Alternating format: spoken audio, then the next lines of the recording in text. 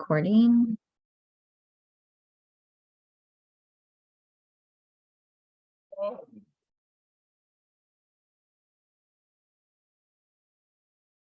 We're starting. Welcome to the Life Mastery Collective. My name's Jeff Jennings, and I'm your MC for the day. Let's keep ourselves on mute if we can when other people are talking, so the Zoom doesn't pull us back and forth and interrupt people. We have this raise your hand option at the bottom of your screen. See my hand up there? So you can raise your hand if you need to speak, or feel free to interrupt us. It's fine with me. We've got Kurt Wood, our technical supervisor, Sue Mercer Corey, our fundraising expert, and Andrea Cafe Good Health, our health and wellness expert. And we're here to reboot our beliefs. Who's next? Andrea. Thanks. Yeah, I wanted to talk a little bit about, I think we wanted to start today really with like how our beliefs are created in childhood specifically, or sort of how our mind is programmed. I mean, the topic today was how to reprogram our mind for, positive beliefs, mindsets that serve us better. And I think a lot of what has happened is we develop mindset, and we develop beliefs, and we develop values as a kid. And a lot of that is based on what we either get from our parents or the people we're, surrounding us, our environment, could even be our culture, could even be a religion. I know for me personally, I was raised in a pretty strict religion. My family wasn't per se strict, but I kind of grew up with certain beliefs based on that religion and based on, what I saw at church or what I heard in church or that kind of thing. And I think as I got older, I learned that there were several things about that kind of stoic way of living that really didn't serve me very well. I also think some of it made me very judgmental of other people. And so for me personally, I had to kind of learn about that, like what was holding me back, which of those beliefs weren't exactly helpful. I think even to this day, I'm still learning. There are some beliefs that are still in the back of my mind that I think were given to me by other people, maybe not intentionally, maybe not even consciously, but as a kid, we absorb things. We're like sponges, and we just absorb things. And I absorbed some beliefs that don't necessarily work for me so much anymore, or that I think even maybe to some degree are limiting beliefs and have held me back. So I'm still unraveling some of those. But I know for me personally, some of that was from religion. Some of that was just sayings I heard my whole life. I used to hear things like money doesn't grow on trees. And, if you want to succeed, you have to work harder. If you want more money, you have to work harder. And I think I found that that's not always true anymore. So I don't know if anybody else has experiences from their childhood, or even from, even when you're younger in your 20s, or I think it can happen at any point, that has developed a certain belief for you.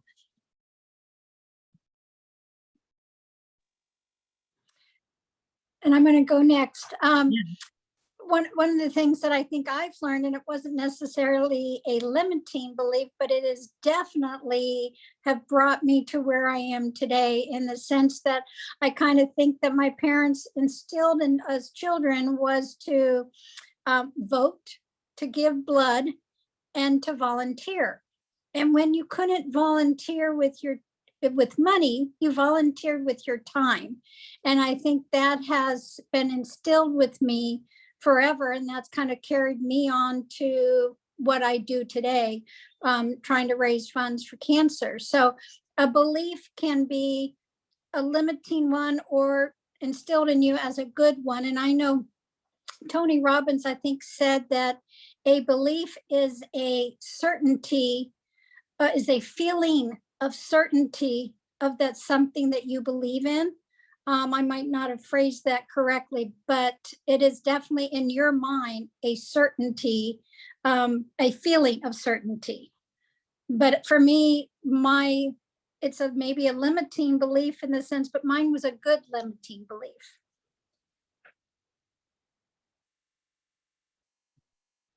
Yeah, That's thank all. you for that, Sue, because that's a really good point. Not all beliefs and values that we get from childhood or even at some point that we develop in our lives are necessarily bad or limiting.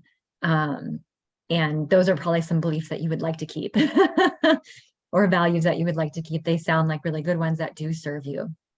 And unfortunately, the flip side of that is there are some that are limiting and that don't serve us. And so the reality is, based on kind of what you've said, that just has made me think it's important to understand to even like identify your beliefs and your values at some point.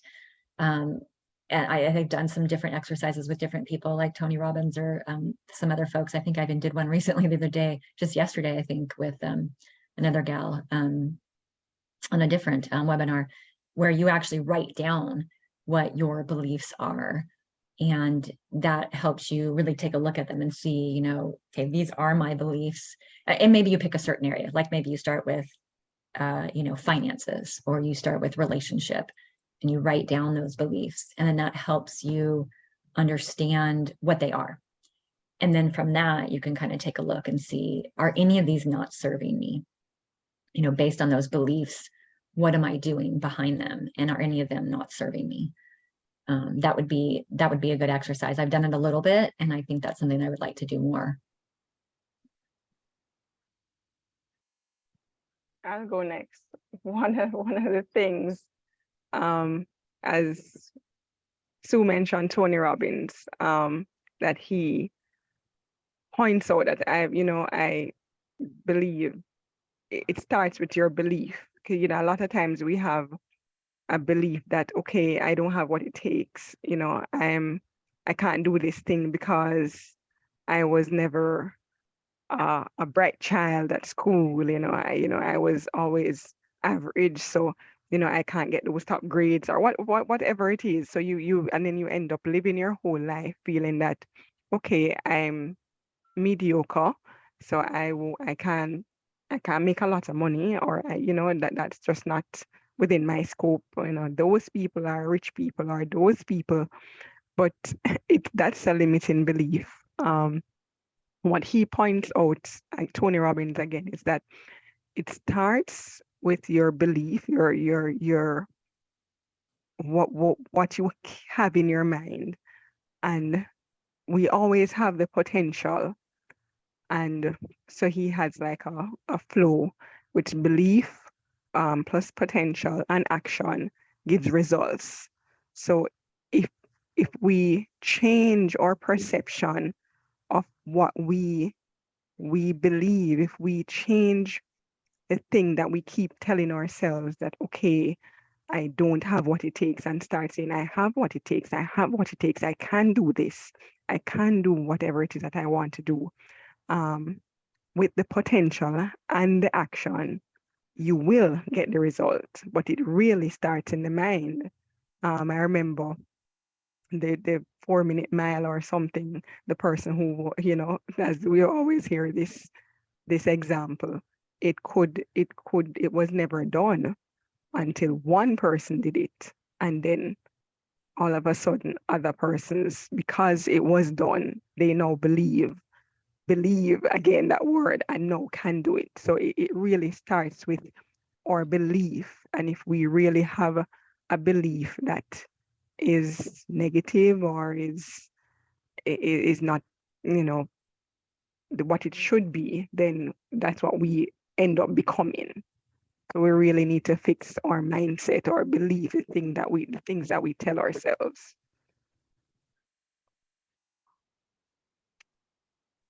Yeah, you talked about 4-minute mile. That was, by the way, that was Roger Bannister. And, they, at the time, they didn't believe it was humanly possible to run a mile in less than 4 minutes. There were even some people that thought that doing it your heart would basically beat so hard, it would almost explode out of your chest. But within a year, I may be off on the number, but it seemed like there were about 48 people that broke the 4-minute mile within a year. Because, and again, this is a limiting belief thing, they just needed to see someone do it to believe that it could be done. And once you believe something can be done, it's amazing how much more you have within you. I've referenced the law of the lid, or training fleas. You can put fleas in a jar, because fleas can jump really high. They can jump out of the jar, no problem. But if you put a lid on it for a while, you'll hear little ding, ding, ding, ding, ding, ding, ding, because they're jumping up and hitting the lid. Well, after a while, the fleas get trained. They know how high they can jump without hitting the lid, and that's as high as they'll jump.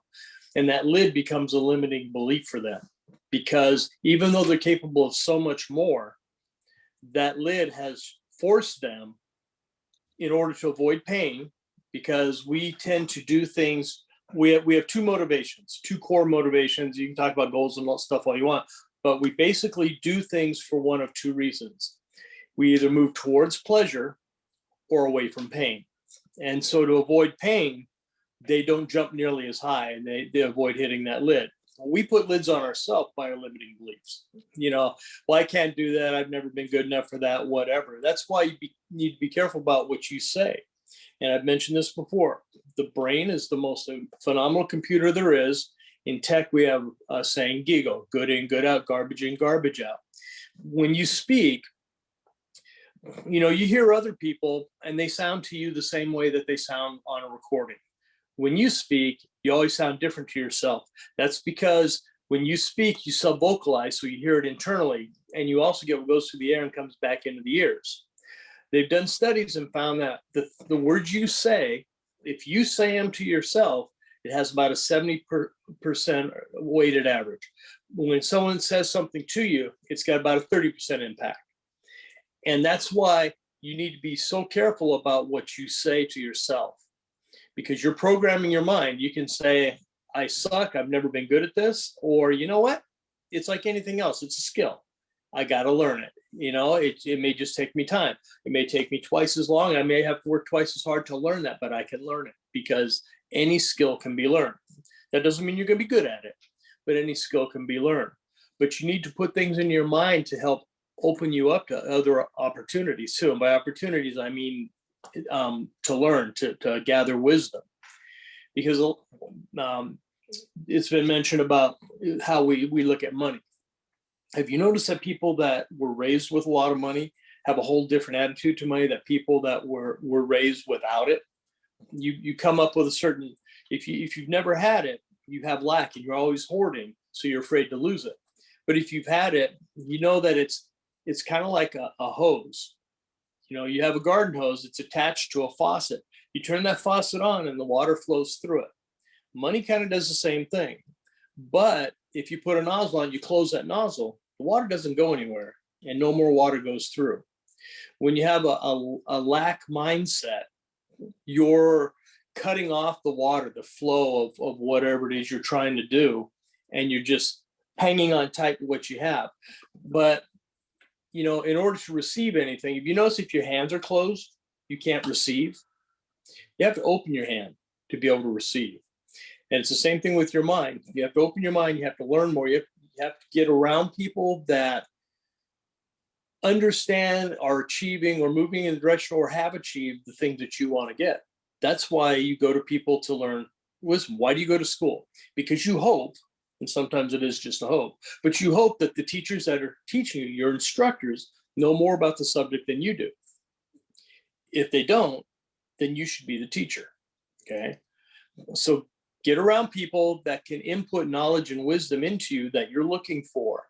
There's enough crap out there. If you want to be mediocre, listen to all the crap in the world. You want to distill down to those things that are going to get you where you go. Ask yourself, is this information going to get me closer to my 5-year goal? If it is, great, learn it. If it's not, you don't need that crap. It's fluff. There are things that you need to focus on to get you where you want to go. If they're not going to help you, why bother with them? you know, and then that is a mindset. Focus is also a mindset. I'll give it back to you, Jeff. Yay. So here I've got some information. As adults, some limiting beliefs that stem from childhood experiences might include fear of failure, believing that any failure is catastrophic due to childhood experiences where mistakes were heavily criticized or punished. If I was a bad boy when I was a kid, I'm pretty sure I was told I was a bad boy. And then I had some sisters that would say, "Oh, look what you're doing." Oh. And still to this day, they think I'm doing anyhow. Fear of failure for anybody. Let's go to the next one. Perfectionism. This one's even better. We all do this one. Striving to be perfect due to past expectations or pressure to meet high standards during childhood. I think we all strive to be perfect anyhow. We want something to be perfect or we're not going to do it. It's kind of like going live on Facebook. It's like, it may never be perfect, but if you don't do it, progress, not perfection. That came from. That's a good point. I think I am very much a perfectionist. And I think I struggle with that regularly. It's interesting because I've tried to think, you know, like what in my childhood or as I was younger, was there something that created that within me? And I don't know that that's always the case. Like I also think sometimes we're born with a certain temperament, a certain style of doing things. But certainly environment, you know, affects things a lot too. I think I liked doing things well for whatever reason. I do remember I didn't like it when people would acknowledge that, like, you know, in school you had these honor roll and all this stuff and you'd have to go up on the stage and get a certificate. And I hated that. I actually really hated that. I really just did not like it at all. I was very shy and I didn't like having to get up in front of people. You know, later I became a cheerleader and that helped a little bit with that, but I didn't like being acknowledged for that necessarily. And I sometimes think that maybe part of that was because my motivation came a lot from internally. And so I think when I would get external like kudos or whatever, I don't know, maybe to some degree it was almost contrary to what I had developed for myself. And so I was like, well, I don't do this for you. I don't do this so you'll give me a certificate and I get to get up on stage. I do this for me. And please stop embarrassing me by making me go up on stage, you know. In fact, there were times where I almost felt like it was punishment for being, you know, good at school or whatever, you know, things like that. But I do see how today, now, being a perfectionist, it doesn't serve me at times. Like sometimes I don't like to do videos or go live on Facebook or do videos on Facebook or social media, Instagram, whatever, because I have this picture in my head of what I want it to look like. And when it doesn't turn out that way, then I feel like I have to redo it. And then I have to redo it again. And then I have to redo it again. And it's interesting. And maybe there's also this place of like, I don't want to look silly or I don't want to embarrass myself. But there's also like, I have this picture in my head. I have this idea of how I want something to be. And I get a little too stuck on that. I get a little too focused on that. And then my perfectionism comes out because I'm like, wait, I wanted to say it this way instead. I have to re-record it. When in truth, it was probably just fine the way I did it the first time or what have you, or who really cares? But I get something set in my head. And so I am finding that my perfectionism that I had a lot when I was younger. I'm learning how to let go a little bit. And actually we'll get into that in a few minutes. I think, you know, some of the ways you can reprogram your mindsets, but I think the ones that don't serve you, obviously, but I think that I'm learning little by little how to let go of the perfectionism. And I think, by the way, having children has helped with that a great deal. Anyway, yeah, anything else that strikes anybody about, you know, how your mindset has developed and from childhood, etc.? Yeah, actually, you were talking about perfectionism. One of the best things that helped me with that, because, you know, I tell people, you never have time to do it right the first time, but you always have time to do it right the second time. And unfortunately, people look at that and they'll spend all their time trying to get all the ducks in a row and getting everything perfect. And I learned that I've had different people say different numbers between 70 and 80. I always learned 80, but if you're 80% sure on a decision, pull the trigger. Because that last 20%, while you're trying to research and get all your information, it will tie things up for months. And typically, if you have a decision to make within a fairly short period of time, you can be 80% sure. Are you going to make mistakes? Yeah, that's unavoidable, but you're going to make mistakes anyway. It's kind of like if you go out and you work towards a goal, you're trying to do something, you're trying to accomplish something. If you go really fast, are you going to make mistakes because you're doing it fast? Yeah. But you know what? You're going to make mistakes doing it slow. The thing about doing it fast, and I'm talking to me because I need to speed up a lot of stuff, and I've learned to speed up a lot of stuff over the years, is when you go slow, you drag it out. But when you go fast, your learning curve grows exponentially because you're finding out what doesn't work so quick that you can accomplish so much more because you've already got through those mistakes. Because to be honest, a lot of those mistakes, you will make them anyway. You're not going to avoid them. So if you can get them out of the way up front, kind of front load the mistakes so that you can move on, you'd be amazed how much you can accomplish. But if you drag them out, each mistake's going to slow you down because then you got to go through the 3-day mourning period of, oh man, I screwed up, that sucked. Where if you get to the point where, you know, yeah, I made a mistake, we call that Tuesday, but it's okay because now it's Wednesday and now we're moving on to the next thing. Try to get all your failures, I call them stepping stones because you learn more from them than you do from the successes. Try to get them out of the way as fast as you can. You can't steer a parked car. And you know what? People don't want to get on a stopped or a slow moving train. They want to get on a train that's moving fast. So the best thing you can do is move fast, get that momentum going, and that'll carry you through a lot of those mistakes.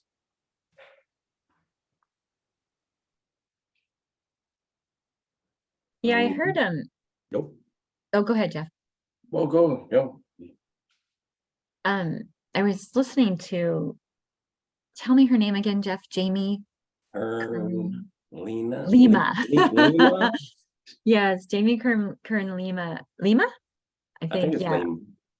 Lima. Yeah, so she has a new book called Worthy, and she was on a event yesterday, and I was listening to the replay, and I thought it was really interesting.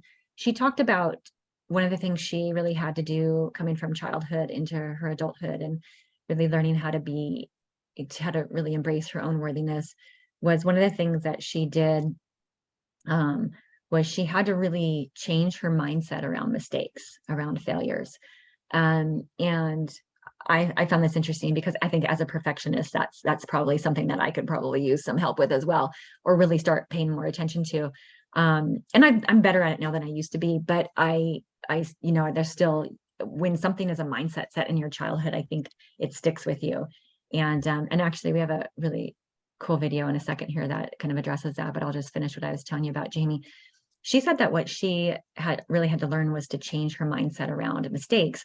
And instead of her self-talk of like, oh, here's more proof that I just can't do it, or I'm such a failure, or I knew it wouldn't work, or whatever the case was, she really had to shift her mindset into a more positive mindset around mistakes in the sense of, I think her new mindset was something more like, well, I was brave enough to try and I'm glad I did. And now I know. Or I'm one of the brave ones. Only brave people try, only brave people make mistakes, only brave people fail. Because it is true to some degree, if you don't try anything, you'll never fail. But are you brave? Probably not, really. I mean, if you're not trying stuff and you're not out there, it doesn't take any courage to do nothing. Anyway, so she talked about resetting her mindset around mistakes and failures themselves. And I have the ability to do that around certain things, and certain things I don't. And I think we talked about this last week in our call, how you can have a fixed mindset in one area and a growth mindset, more positive mindset in other areas.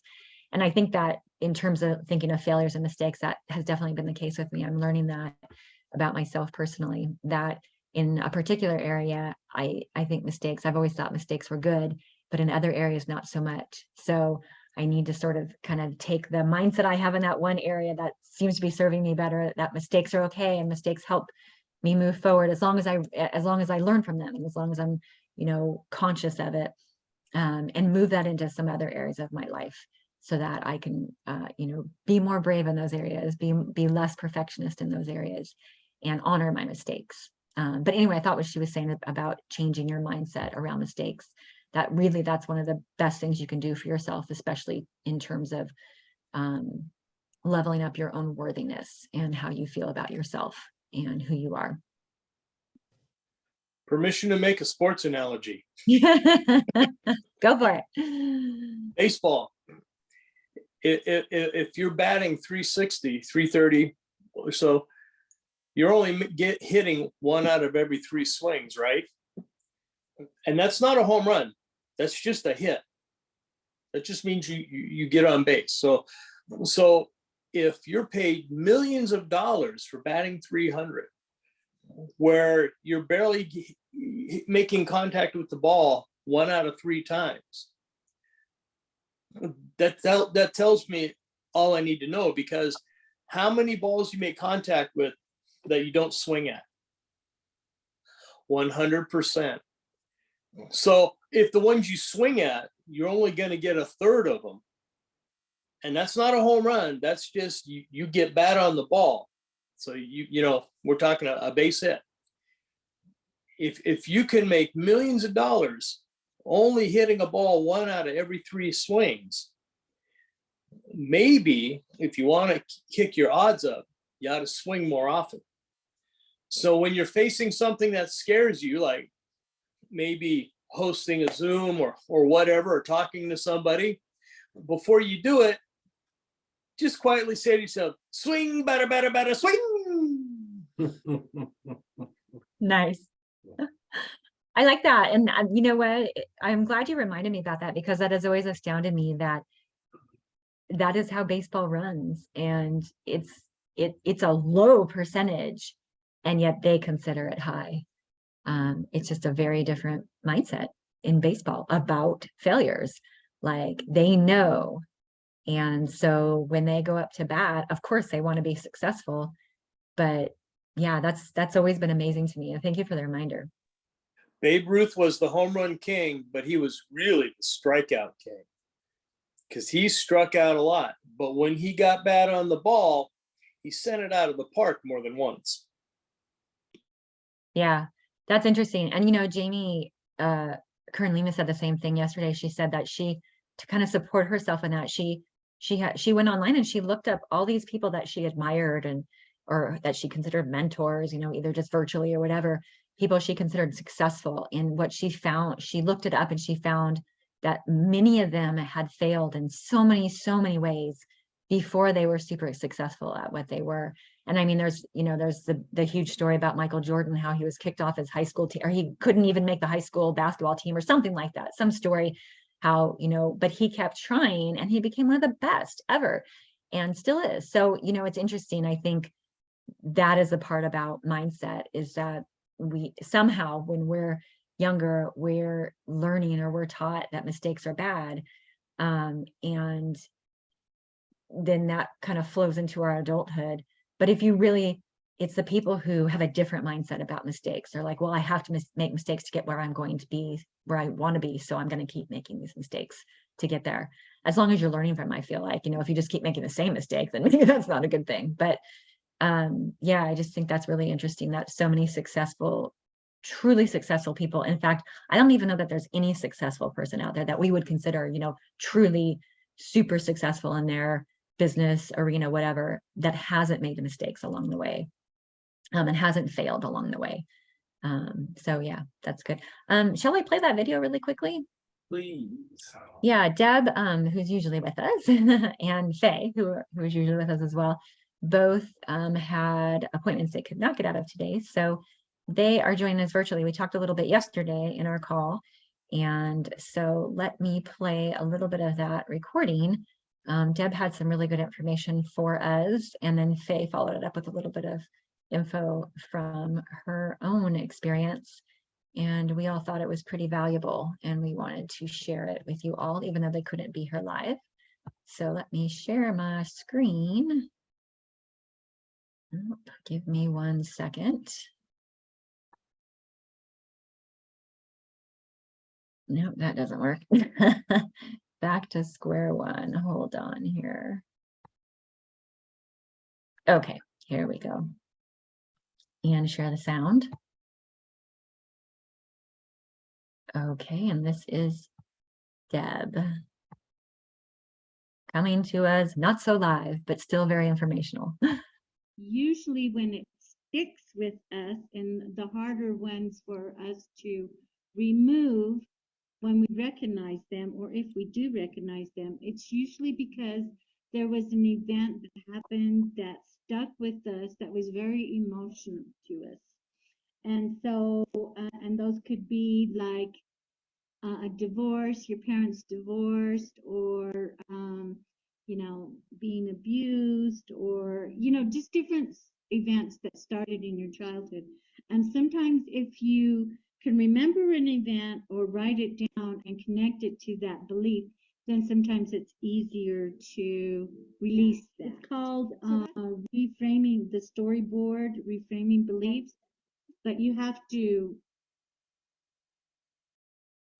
remember and correlate those in order to reframe them. When we're children, we're not equipped to handle trauma and put it in its correct place, which is why it just floats around in our mind, and then we have triggers. And sometimes we don't even recognize those triggers because they happened at such an early age. You know, our minds just weren't ready. You know, in a perfect world, children shouldn't have trauma. So, you know, but that's what helps us to grow and be more and understand more and things. So, and there are patterns that we use. Each family has different patterns. And you don't really realize that you're using them. You don't realize it's a pattern until you have that graph and you're thinking, oh, that's what I knew, so that's what I fell back on.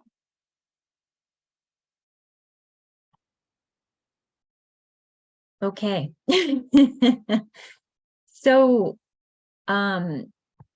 I thought that was really interesting. I think we, those of us who were on the call yesterday, with just our Life Mastery Collective, thought it was interesting too. So what Deb was saying is basically that that's the way some beliefs can get stuck. Some mindsets can get stuck in us, ones that don't serve us. You know, any mindset can get stuck, and maybe good ones get stuck that way too. But what she's saying, I think, is the ones that don't serve us, the ones that cause problems in our lives, can get stuck when there's a traumatic event. And so, you know, one of the things we did want to talk about today is how can you reprogram? How can you reprogram your mind to a better mindset to serve yourself better? And we did talk a little bit about what Jamie Kern-Lima said about reprogramming. You know, she just had to get a different mindset around making mistakes, how to, you know, had a different thought in her head. So her new thought was, well, I was brave for doing this, and not many people do it, and I made a mistake and now I can move on, but I did it and that was good for me. But what Deb is saying is that one of the other ways to really reprogram is to, as best as you can, try to remember in your childhood, was there some event that created this mindset for you? You know, maybe you were, you know, for somebody, maybe a child was, you know, playing a sport or riding their bike or something, they fell and they hurt themselves really badly. And, you know, parents care and they come, oh, you shouldn't have been doing something so dangerous. And so for the rest of their lives, I think maybe they're not athletic, or they're not good at things because they did something and they shouldn't have, and they got hurt. It's just interesting. It could be a small event like that, like just falling off a bike or something, and someone comes to you and says, oh, you weren't ready for that, or oh, you've never been athletic, I shouldn't have let you do that yet. There's things like that that can happen, and they're small, but they're enough that they can set that mindset for us. So what Deb was saying is, one of the things she talked about, I guess, reframing the storyboard or reframing the story, was to identify what that story was, what that thing was that created that. And I guess just by identifying it, it helps you be able to release it and release that unhealthy or unserving mindset. And then I liked what Faye added about that sometimes that's a pattern, an actual pattern within your family, or even within your friends or your social group or something, which I thought was interesting too. So that's one way to release and reprogram.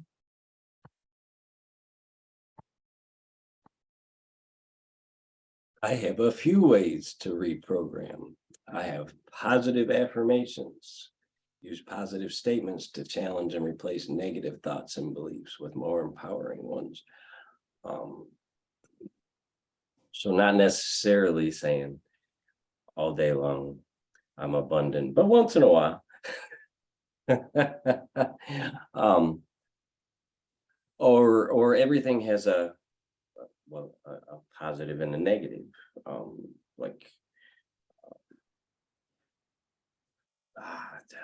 My mind's going blank on positive affirmations. I listen to a lot of positive things.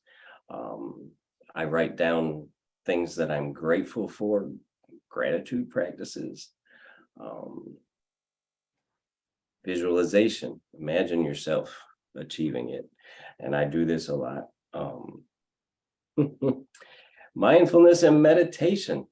I'm just going through the list. I do all these things to practice mindfulness, to become more aware of your thoughts and feelings, because meditation can help you develop a calm and centered mindset. And then it can help you kind of detach from maybe what other people have forced on you. When you let that stress go. And then journaling, that goes again with gratitude, writing down the things that you're grateful every day, and then write down your thoughts and feelings and experiences and see if you can find patterns in your, like, for me, it was like unworthiness, unworthy, unwanted, it seemed like at times. My parents are gone, so really my family doesn't have this influence over me anymore, but it's stuck. And to push through that to get to the other side is like, wow, it's like, it is definitely it's a challenge, but it can be done because like I said, they're not here, but at the end of times they kind of did love me. But it took 50 years maybe to get there.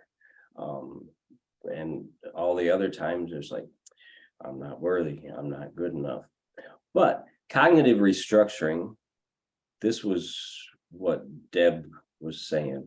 You challenge the negative or irrational thoughts by examining the evidence, considering alternative perspectives, and reframing them in a more balanced way. This is all like deep inner child work. Surround yourself with positivity. The LMC, the Life Mastery Collective. Yay. Heather, Sue, Kurt, Andrea. Who am I missing? Heather. I got Heather. I see Heather. I said Heather, Kurt, Sue, Andrea, Deb, Faye. They're just not here with us at the moment. Want me to help you out, Jeff? Yes, sure. I'm going to give you an affirmation, and you can use it. You can say, I am. I because I'm giving it to you, I'm going to say you are. Okay. I want you to look in the mirror when we're done here, and I want you to say, you are worthy. You are awesome. You're created in the image of God. You're more than a conqueror, and you're going to kick butt. I don't care what the obstacles are. I don't care what the crap that comes up is in my life.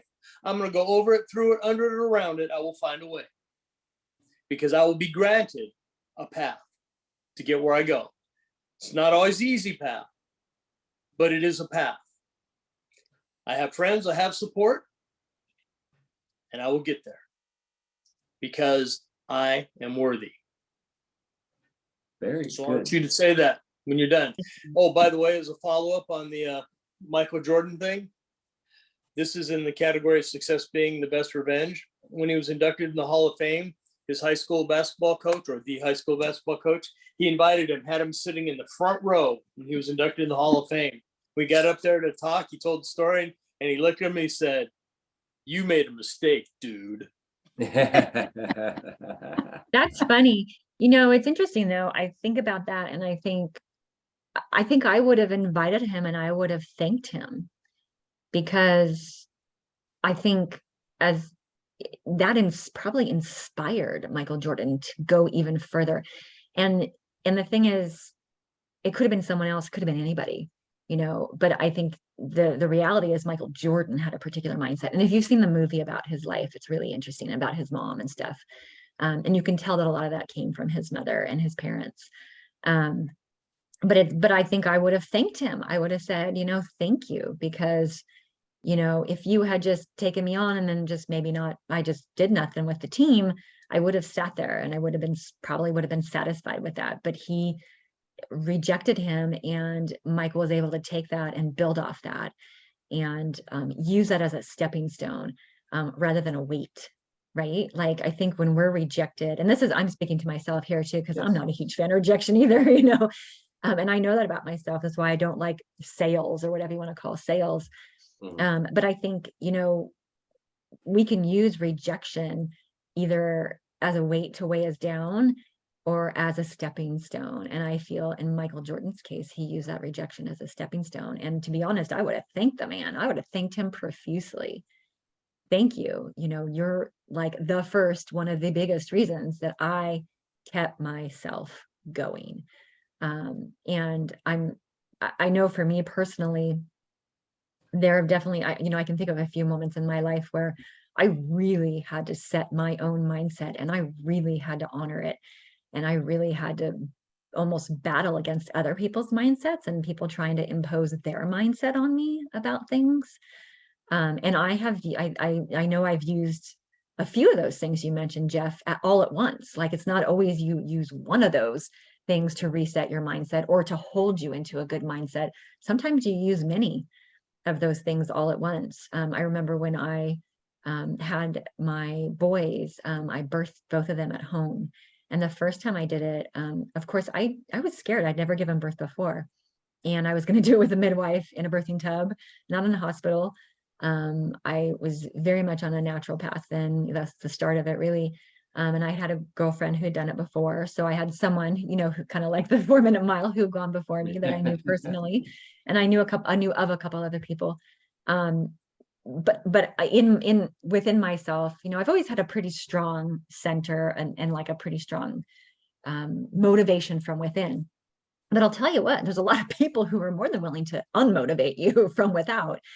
And anytime I would tell somebody, you know, they would, you know, at some point you're very obviously pregnant.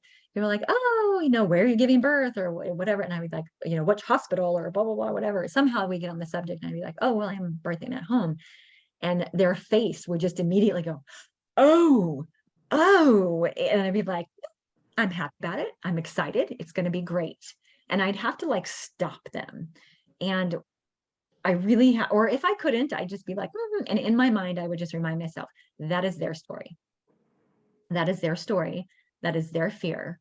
It is not mine. I need to go back to my mindset, not take on their mindset.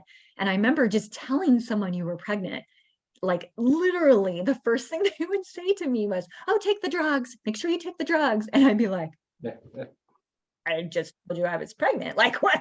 Where did that come from? But they had, and even some people who had never even given birth before would say that to me. Like, but you know, you watch birthing on TV and it's always so horrible and women are screaming and blah, blah, blah. Well, that's the mindset of our society around giving birth. And I had to completely get over that. Like I had to move past a societal mindset, and I had to find, you know, looking for evidence. I had to find birthing videos. There's some really beautiful birthing videos out there of women who've given birth like in the ocean or just in their home, and it's very calm and beautiful. I had to find the evidence that it isn't always like it is on TV, like they show on TV. And of course, we all know TV and the movies are made up to many degrees, but I really had to battle against that. And it was tough. But I used many of those tools that you mentioned, Jeff, because I felt like I kept getting bombarded and bombarded from people. But I think the one that worked the best for me was to remind myself that that was their story and that was their experience, and mine can be different, and mine is going to be different. And I think to some degree, that's like the 4-minute mile, like the gentleman who first did it, he had to tell himself, well, that's just the story, that nobody can do it in under 4 minutes. I believe it can be different, and I'm going to try.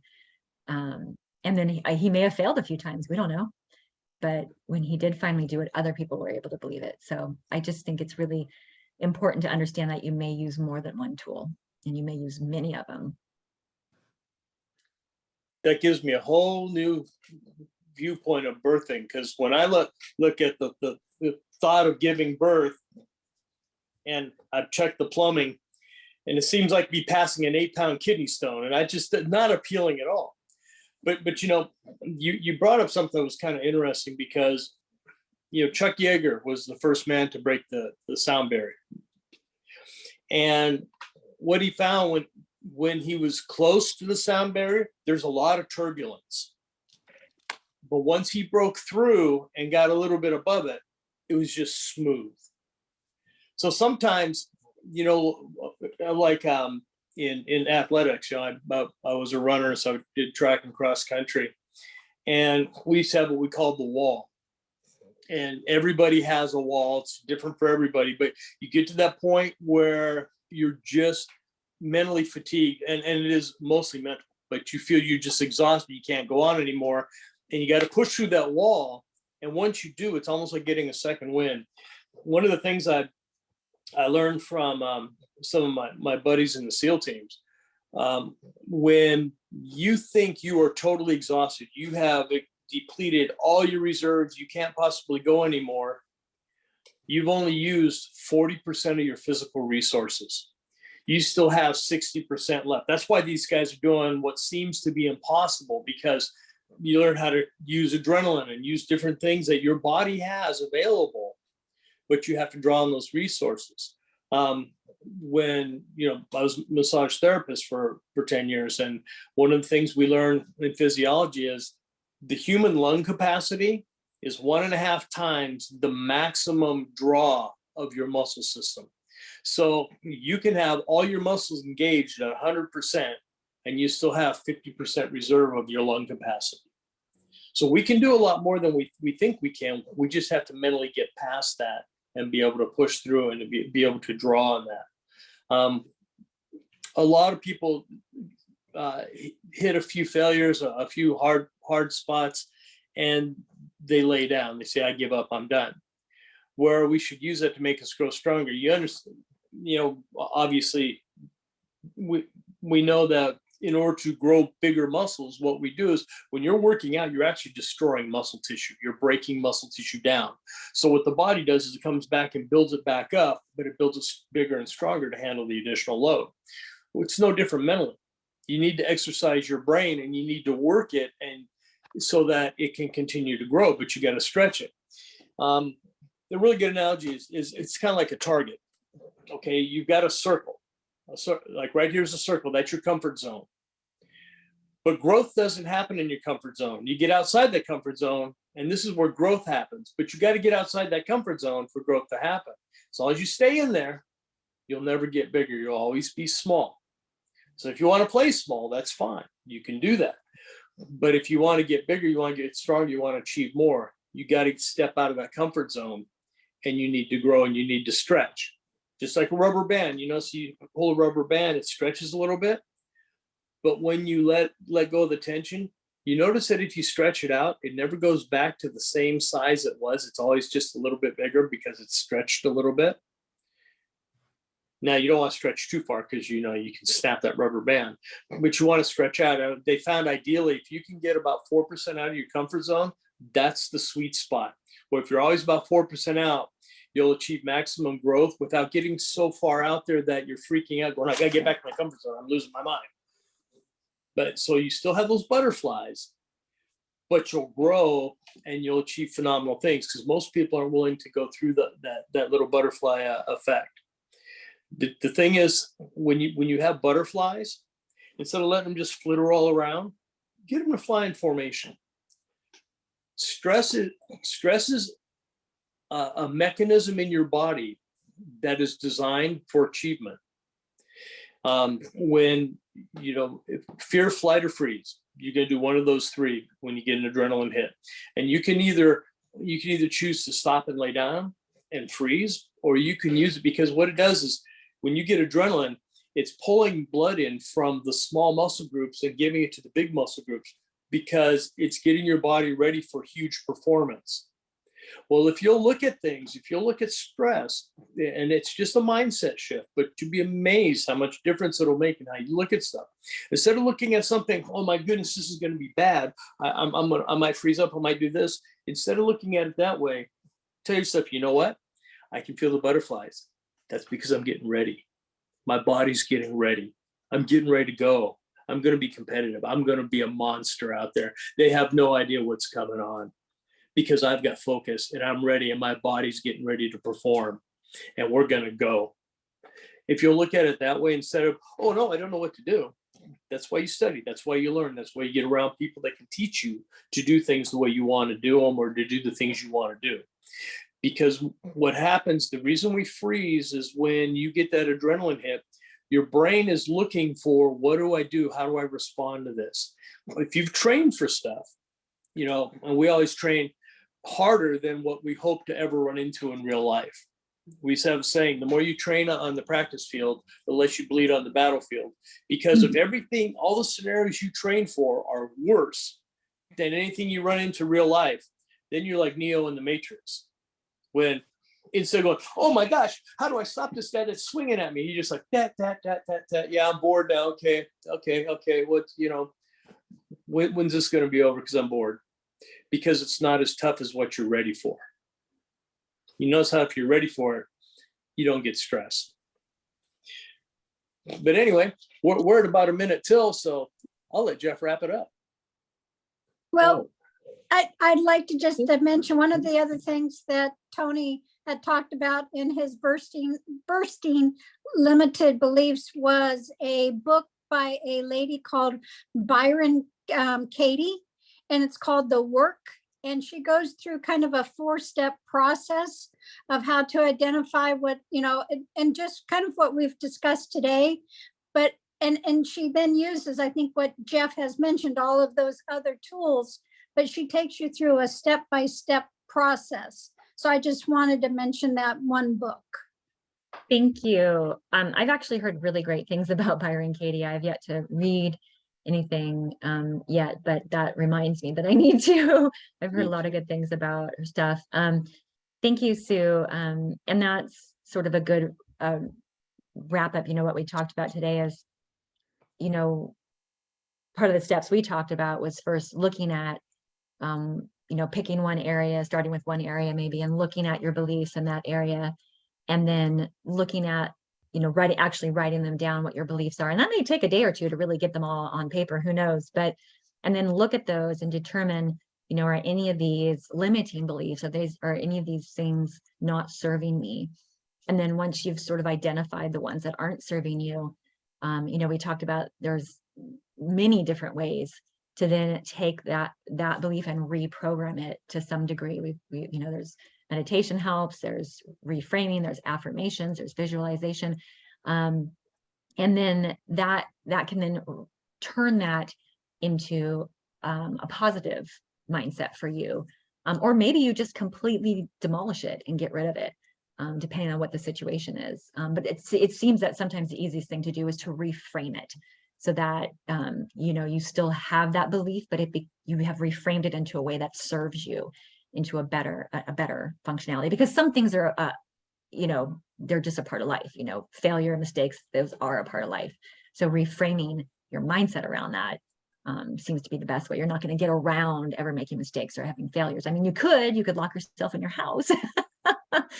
But yeah, so for some things, some of those beliefs, you might be able to just completely get urt of them. And for others, you may just be reframing them to serve you in a better way. And I really liked your Chuck Yeager example, Kurt, because when you talked about once he got past, you know, when he was about to break the sound barrier, there's a lot of noise.